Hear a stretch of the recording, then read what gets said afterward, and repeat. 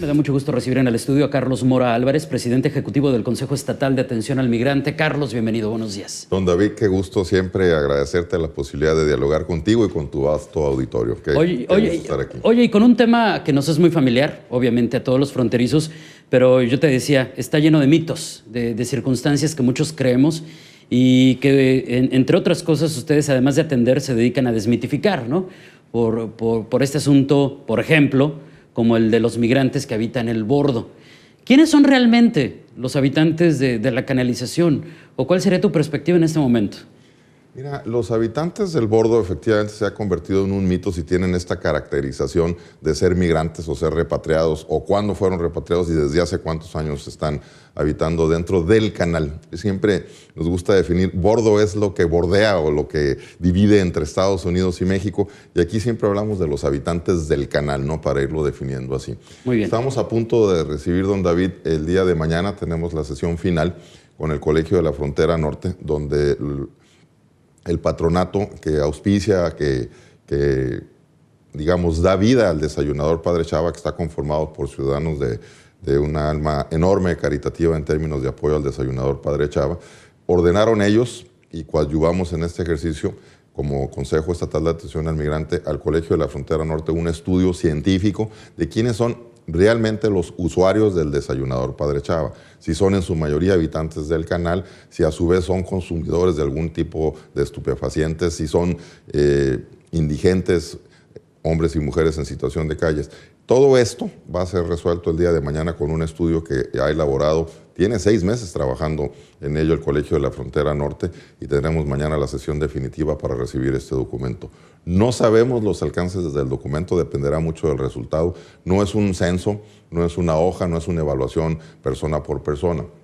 Previo a esto hay un documento muy serio que elaboró también el Colegio de la Frontera Norte en un esfuerzo coordinado por la doctora Laura Velasco, que ha sido realmente el referente para todos nosotros los involucrados en materia de atención a los migrantes. Por esto el nivel de actualización y la necesidad de tener la numerología mucho más al día, este documento nos va a dar.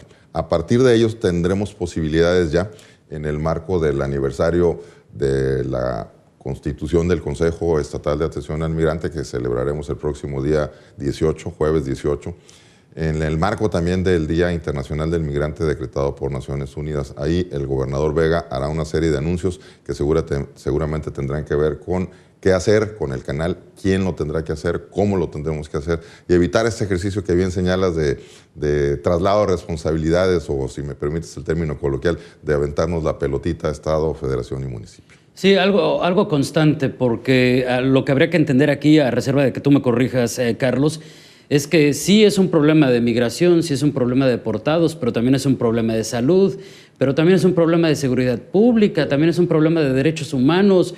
O sea, es una situación muy compleja que tienen en este momento muchas autoridades, entre ellas el Consejo Estatal de Atención al Migrante. ¿Y cómo afrontarlo de esa manera, con tantas autoridades que deberían de estar involucradas? Mira, esa es primero la tesis de creación de esta institución. Vega, el licenciado Francisco Vega de la Madrid, el gobernador del estado, tiene una visión, diría yo, muy sensible al respecto de la materia migratoria, pero siempre ha sido muy puntual en señalar que la competencia legal le corresponde a la federación. Y en ese sentido habría que definir también qué se entiende por federación. En Baja California tenemos la representación del gobierno federal a través de distintas delegaciones. En primer lugar, la delegación del Instituto Nacional de Migración, en la que está a la cabeza del licenciado Rodolfo Figueroa, que ha transformado la delegación de migración sustancialmente en poco más de un año que tiene al frente de ella.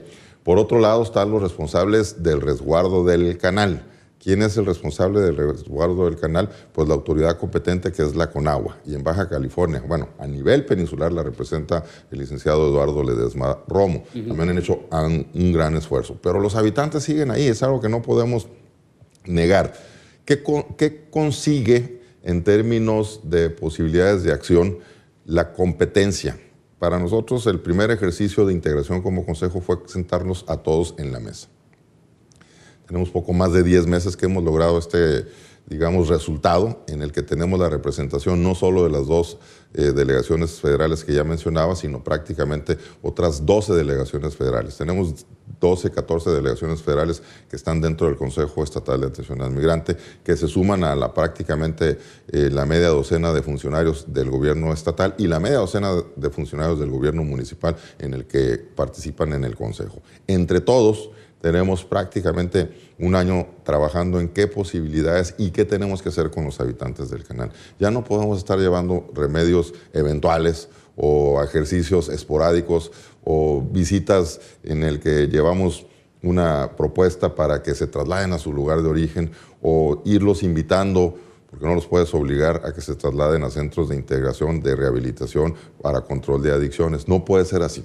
Una de las, diría yo, muestras del protocolo que aplicamos, que además no existía un protocolo, no existe un protocolo en ninguna parte del mundo que te diga cómo evacuar una combinación de indigentes, enfermos mentales, que también lo existen desafortunadamente, y seres humanos en situación de calle. Fuimos muy afortunados el año pasado, prácticamente hace un año, cuando iniciamos la evacuación de Plaza Constitución, y esto nos ha permitido tener la experiencia para hacer lo que tenemos que hacer en el canal. Una puntualización en términos reales es llegar, sentarnos, montarnos, si se me permite el término, y no movernos de ahí, ninguna de las autoridades competentes, y todas las que tengan que ver con la materia, desde las que ya señalabas, David, en el sentido salud pública, seguridad pública, desarrollo social, DIF municipal y estatal, y tendríamos que estar ahí todos presentes hasta lograr que la evacuación sea total y definitiva. No entrar y salir, sino mantenernos ahí el suficientemente tiempo. Tú me vas a preguntar enseguida, ¿cuánto es el tiempo? Yo no lo sé, yo no creo que alguien lo sepa. En Plaza Constitución, cuando evacuamos frente a las instalaciones de un partido político, estuvimos 10 días, del 19 de diciembre del año pasado al 29 de diciembre, y logramos evacuar a 300 personas, a un feliz término relativo en relación a cuando menos evacuar la plaza y darles la atención requerida. La población que en este momento se supone o se presume que hay en el canal sobrepasa los 1.500 habitantes, y solo en la parte más visible, lo que podemos observar pegado al internacional y prácticamente, diría yo, hasta el Hospital General, pero seguramente el universo poblacional llegará a los 2.000 habitantes. Si multiplicamos esta faceta, quiere decir que tenemos que estar ahí cuando menos 90 días para lograr la evacuación total y tener a dónde evacuarlos. Claro, y es que, por ejemplo, antes yo recuerdo que a las personas que habitaban la canalización las veíamos muy frecuentemente en la zona cercana a La Garita, en la zona del río, por ejemplo, pero ahora están a todo lo largo de la canalización hasta la tercera etapa, pero ha sido, y yo lo percibo como un trabajo muy complicado, porque, por ejemplo, cuando han trabajado con la IP, a través del Consejo, para ofrecerles espacios laborales, así es, la respuesta ha sido muy triste. Ha sido muy complicada. Es una situación, me imagino que muy difícil de afrontar e incluso de entender en algún momento.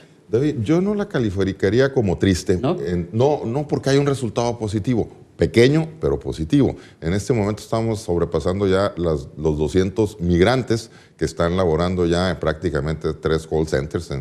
Excelente. Es un número muy atractivo. No disminuye, evidentemente la población del canal no disminuye, pero sí hay ya más de 200 migrantes trabajando en call centers. Estamos en la 4ª generación ya de una empresa, no puedo decir el nombre, pero la digo Inglés Sin Barreras, y estamos arrancando la 3ª generación con el grupo Telvista de Grupo Carso, que también han sido muy generosos las 2 empresas. 2 ventajas de este programa.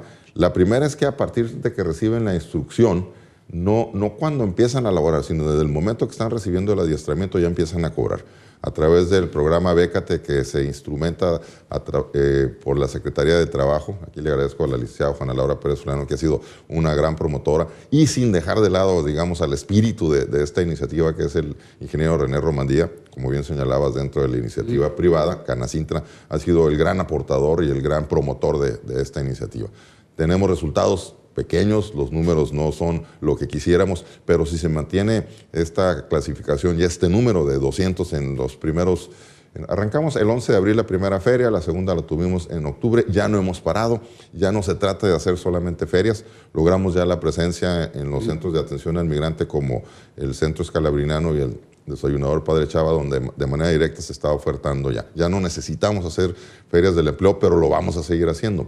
Sí es cierto que el número puede resultar triste, como lo calificabas al principio, puesto que en el primer registro, en la primera feria, tuvimos más de 1,100 connacionales que se registraron y en el proceso se fueron quedando en el camino por ninguna otra razón más que por deseos. Era una ruta muy sencilla de lograr, menos de media hora, en la que recibieras, entre otras cosas, el seguro popular de manera directa, la posibilidad de obtener una identificación, ya sea del Instituto Nacional Electoral, a través de un acta de nacimiento, a través de Hay una fórmula que el Instituto Nacional de Migración estableció, que es la revalidación de la hoja de repatriación. Cuando tú llegas a la garita, a la zona de repatriación, te entregan una hoja de repatriación que tiene una vigencia de 90 días.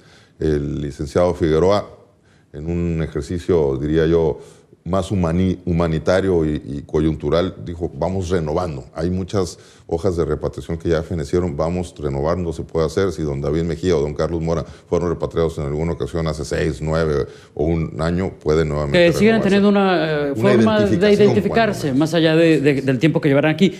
Yo decía triste, no por otra cosa, sino porque pues muchos están enfrentando situaciones de adicciones y de vida complicada en la que pues les es difícil tomar ese valor y finalmente aceptar, por ejemplo, un puesto laboral. No por otra cosa, Carlos, pero bueno, se nos está acabando el tiempo, El Fondo de Migralidad, ¿cómo va? ¿Qué pasó con él? En esta etapa, la realización del presupuesto federal, del presupuesto de egresos de la Federación, concluyó el 15 de noviembre pasado.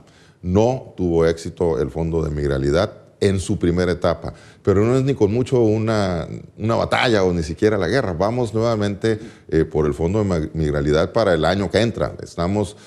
Mira, el tema ya quedó registrado a nivel nacional. Tenemos el nivel de sensibilización de todos los actores. El viernes pasado recibí una llamada de la diputada Amalia García, quien es presidenta de la Comisión de Migración, está trabajando en este momento con todas las fuerzas políticas que convergen en el Congreso con el ánimo de buscar las reasignaciones. Ella está segura que lograremos un paquete especial en materia presupuestal que pueda beneficiar, aunque sea someramente para el año 2015. Pero se ha comprometido a registrar esta propuesta para que no termine la administración el periodo del 2015 en el que se van todos los legisladores federales el último día del mes de agosto, donde tendremos nuevos legisladores que elegiremos entre todos a partir del proceso del 7 de julio y estos legisladores serán los responsables de generar este recurso. Más allá del Fondo de Migralidad, ¿qué viene para el Consejo Estatal de Atención al Migrante el próximo año? Mira, vienen varias cosas interesantes. Primero, lo que ya señalaba, este estudio que estamos recibiendo nos va a permitir marcar las políticas públicas. El gobernador hará una serie de anuncios el próximo jueves en el que estaremos celebrando el primer aniversario de actividades del Consejo, donde logramos, si se me permite el término, ya la riqueza de la convergencia de todos los actores en la materia de atención al migrante. Sigue toda una política pública, sigue la materia presupuestal. No hay que perder de vista que el presupuesto 2014 no lo elaboró la administración del licenciado Vega, sino la administración anterior que encabezó el licenciado Osuna Millán. No había presupuesto para materia de atención al migrante. Trabajamos con el apoyo de distintas dependencias, piquitos aquí, piquitos allá, y el licenciado Vega ha decidido de manera muy puntual que tendremos ya los recursos necesarios. ¿Cuánto? No lo sé en este momento, todavía están en las comparecencias en el Congreso, pero por lo pronto seguimos trabajando y anunciaremos, por cierto, en el informe las 300 acciones que hemos generado en estos 360 días iniciales del Consejo. Para tener un elemento de perspectiva, uno de tantos que pudiéramos decir, ¿cuántos seres humanos son deportados anualmente por Baja California? Este año, y que está por concluir, estaremos llegando a 70,000 comparado con el año anterior que fueron un poquito más de 96,000. O sea, hay una reducción sustancial del 30%. Y más de 120,000 en el año previo, que fue 2012, ¿no? Entonces, sí, se ha ido decreciendo el número de repatriaciones, pero no hay que olvidar que son seres humanos, 70,000 que están llegando a Baja California. Y que es un mundo de seres humanos los que llegan aquí deportados. Carlos, muchísimas gracias. Don David, qué privilegio. Saludos a tu vasto auditorio. Y por aquí te esperamos muy pronto. Estoy siempre a la orden. Gracias y buenos días. Es Carlos Mora Álvarez, presidente ejecutivo del Consejo Estatal de Atención al Migrante.